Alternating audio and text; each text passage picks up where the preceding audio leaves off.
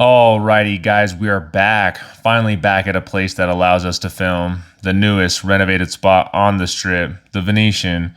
We start out this session around 2:30 p.m. and even during the week around this time, this place was bumping. I think a tournament was going on, but regardless, the room was still packed and had a lot of cash games going on as well. We walk on over to the 3-5 side and sit down with the max 1500 to get started. The first hand we're going to go over, we look down at King Queen suited in the end of the gun, 40% of a royal flush, so why not? We open things up to $20, a little more than normal, 3x, since we're first to act. Everyone else left to act behind us, the middle position and the small blind make the call, so we're going 3 ways to a flop in between 2 opponents, and the flop comes 9 high with 1 heart. Not the most ideal flop for our hand, but 2 overs and backdoors. The small blind checks and flow. This board isn't going to hit our under the gun opening range much, if at all, ever. So we check as well, and the middle position snap checks it back. Snap checks with no thought, so a free card, and it's a good one. It's ace of hearts. I say a good card because we can represent it, and it gives us the nut flush draw. So when the small blind checks again to us, we make a delay c-bet and throw out $30. And again, without much thought, the middle position player makes his decision and calls. Action back on the small blind, and he thinks better of it and lets it go. So now we're off to a river, heads up, looking to improve. And we do. It comes a 3 of hearts, giving us the nuts. That was quite a relief, not gonna lie, thinking we're gonna have to fire to win, but now we can go for value. The question is, how much value? There's $125 in the middle, so we overbet and throw out $175. Just hoping he has anything really, but the middle position probably had a draw of some sort that missed because he snap folds. A few hands later, we're in the cutoff and 3-bet with pocket queens. There's an early position open to $15. We make it 50. The button gets out of the way. Small blind calls, big blind folds, and the early position player who opened folds as well. So we're heads up to a flop, and it comes king high, king 6-3 with 2 clubs. Of course, an overcard, but when the small blind checks on over to us, we make a c-bet and down bet to $35. We're going to be doing this with pretty much everything in our 3-bet range, and the small blind is the same player who doesn't really think about his decisions, and this time is no different because he calls $35 really quick.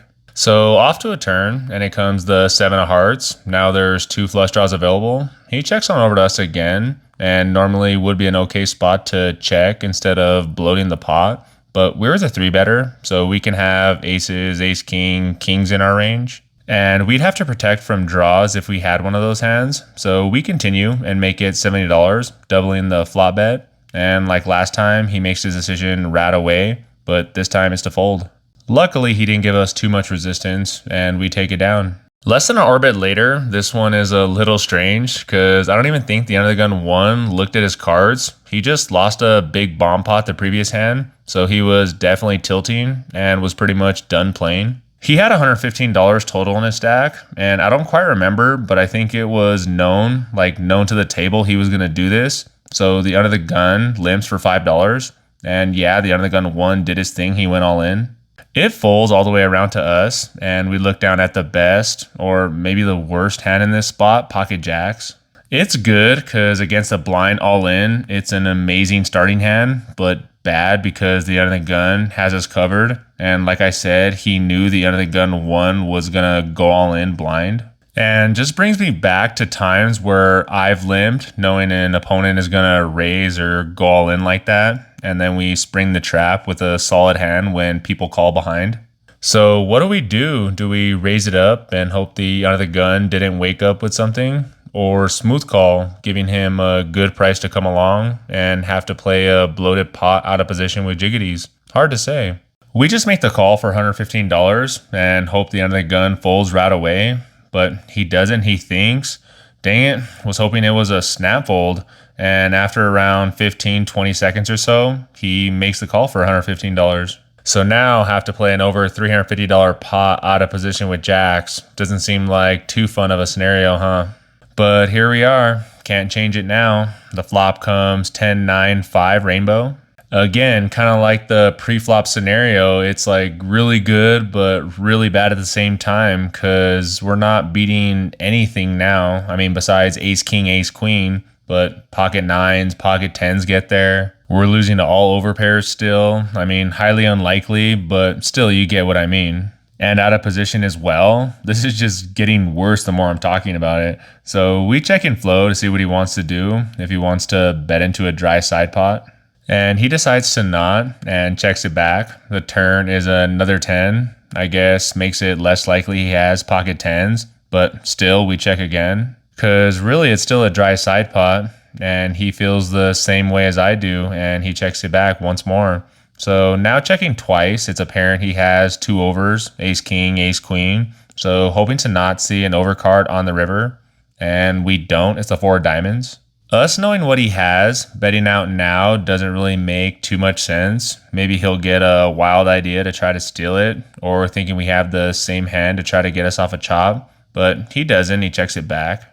We show our hand, and sure enough, he has ace queen, so it was a coin flip going into it, us and him, and the undergun one already gave his cards back to the dealer, no pair, no nothing, so we take it down in a kind of strange way. But who cares, right? A win's a win.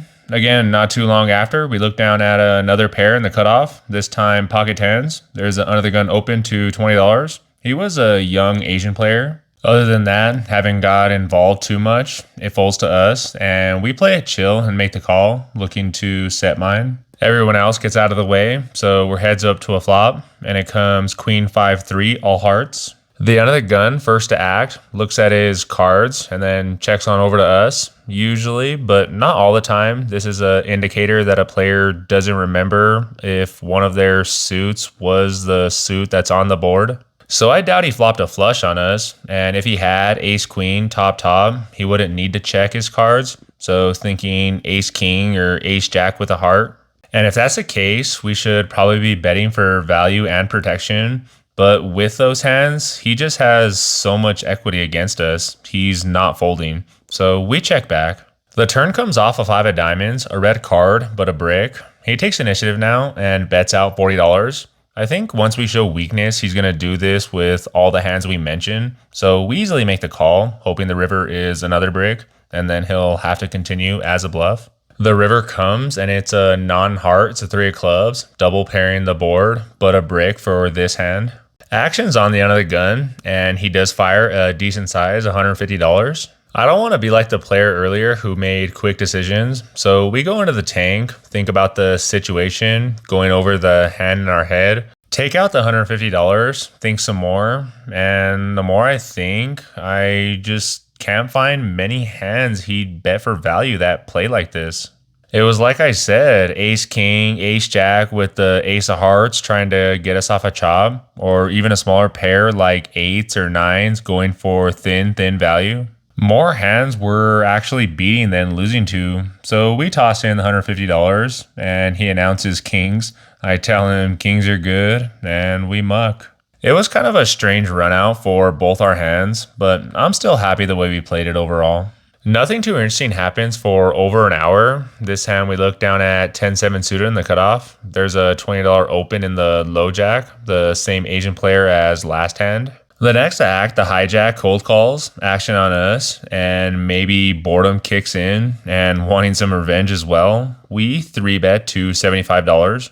A hair small, but don't need to make it too massive to take control of the hand, and an okay hand at that with some possibilities. I mean, with board coverage, with a high board we can represent and a medium board we hit. So $75 is the new price of poker. The button cold calls our 3-bet, which isn't good because now we're not even in position. And what makes it even worse, after the blinds get out of the way, the initial raiser, the low jack, he 4-bets to $320. The hijack quickly releases, and this is what happens when you start making moves with less than average hands. This Asian player was pretty straightforward, like I was mentioning, never got out of line, so I doubt he's doing this with anything less than the top of his range. So we Hollywood a little, trying not to make it seem like we got caught and that we're actually contemplating a decision, and eventually fold, now rooting for the button so we can hopefully see the Asian guy's hand. but the button folds as well. The next hand we're going to go over, we look down at ace queen offsuit in the under the gun. Best pre-flop hand we've seen in this hour and a half time span. So we open to $15 and only get one caller in the middle position. So going heads up to a flop, and we flop the world top two, and we have a heart, so backdoor flush draw. We play it sneaky and check. I feel like it's so difficult when you flop hands like these, because it seems like every time you do, you bet, and they just fold right away, and you feel dumb.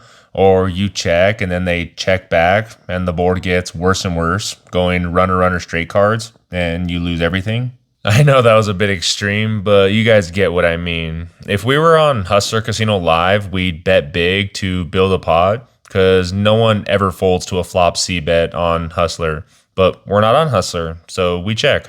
Action on the middle position, and he only has a little over $400, so I figure worst case scenario, we lose only $400 this hand. But let's try not to put that out in the universe. As expected, he does check back, so off to a free turn, and it's a black three, it's a three of spades. We check this one again, because we still haven't beat most likely, unless he turn trips. And since we did check twice, showing so much weakness, he bets out $25. We're not worried about any river cards, to be honest, so we call, and depending on what it is on the river, we can lead out, or check call, or check raise, whatever he decides to fire with again. Because thinking if he has a pair, he can catch his other pair, and we can win it all on the river, so hoping he improves somehow when the river comes, 10 of diamonds. A safe card, only hand concerned about is King Jack, but I doubt it the way the hand is played out. So we check again, looking to check raise. If he has a flush draw, he has to bet something,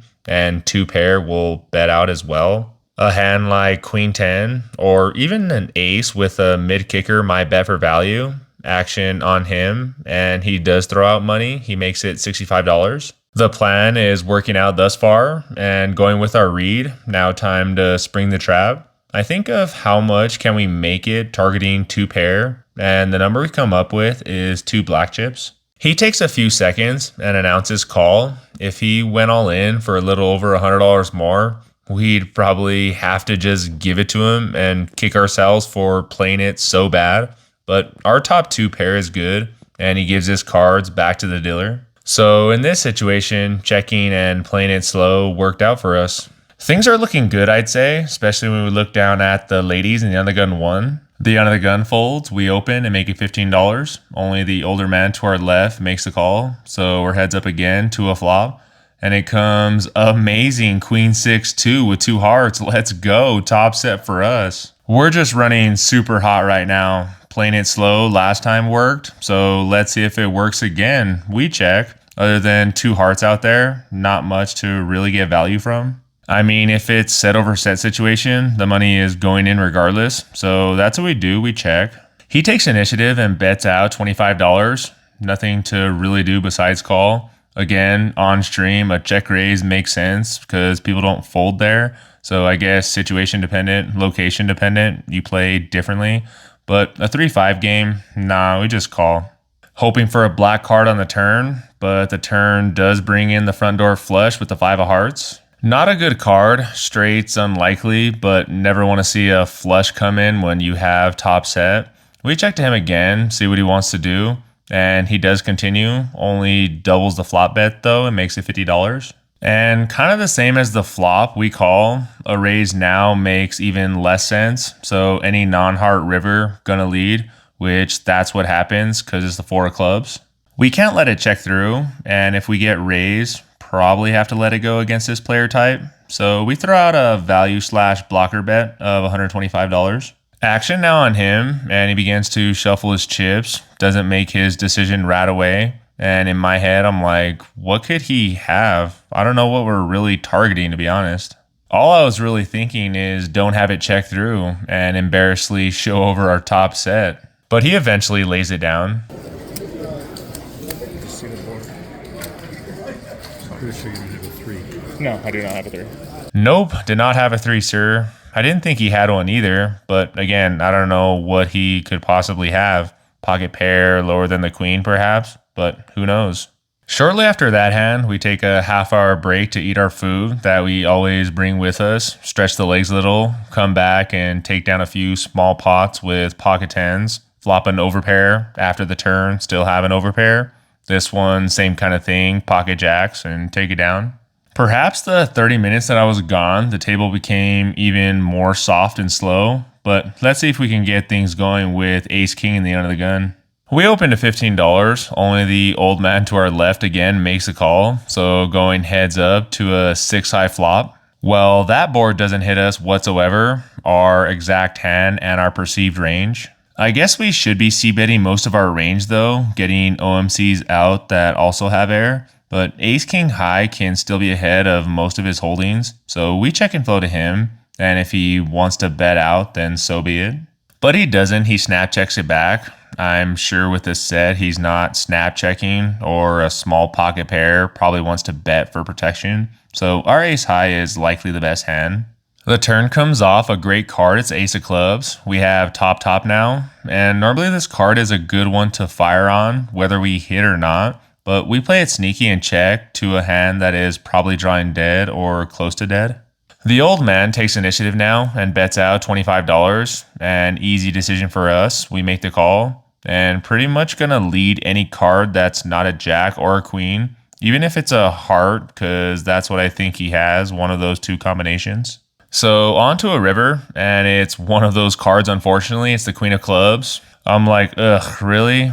Completely hating this card, and now can't really bet for value anymore. I suppose a blocker bet could be all right for like 50 or 60 bucks, but we check to him and he does fire out 3 greens. This is one of those spots where you know top just isn't good, especially against this player type, but we make the call anyway and hope for the best. And sure enough, he has ace queen offsuit. That's what happens though, letting them get there. I'm still okay with how he played it, knowing exactly what he had, and us betting on a non-queen or jack coming on the river. Because like I said, a bet of $50 or $60 from us on the river was going to get called with that hand when we let out, but didn't work out that way, unfortunately. The table really slowed down after that, and I felt my play was even getting slower as well. It's like what they say, you become who you hang around. For example, being around hyper people, you feed off that energy. So in this case, I felt myself playing more nitty because of who was around. So we take our small profit on the day, rack up and cash out. Only a $50 win on the session, but always will take a win over a loss any day, and always like coming to the Venetian, so we'll definitely be back in the future.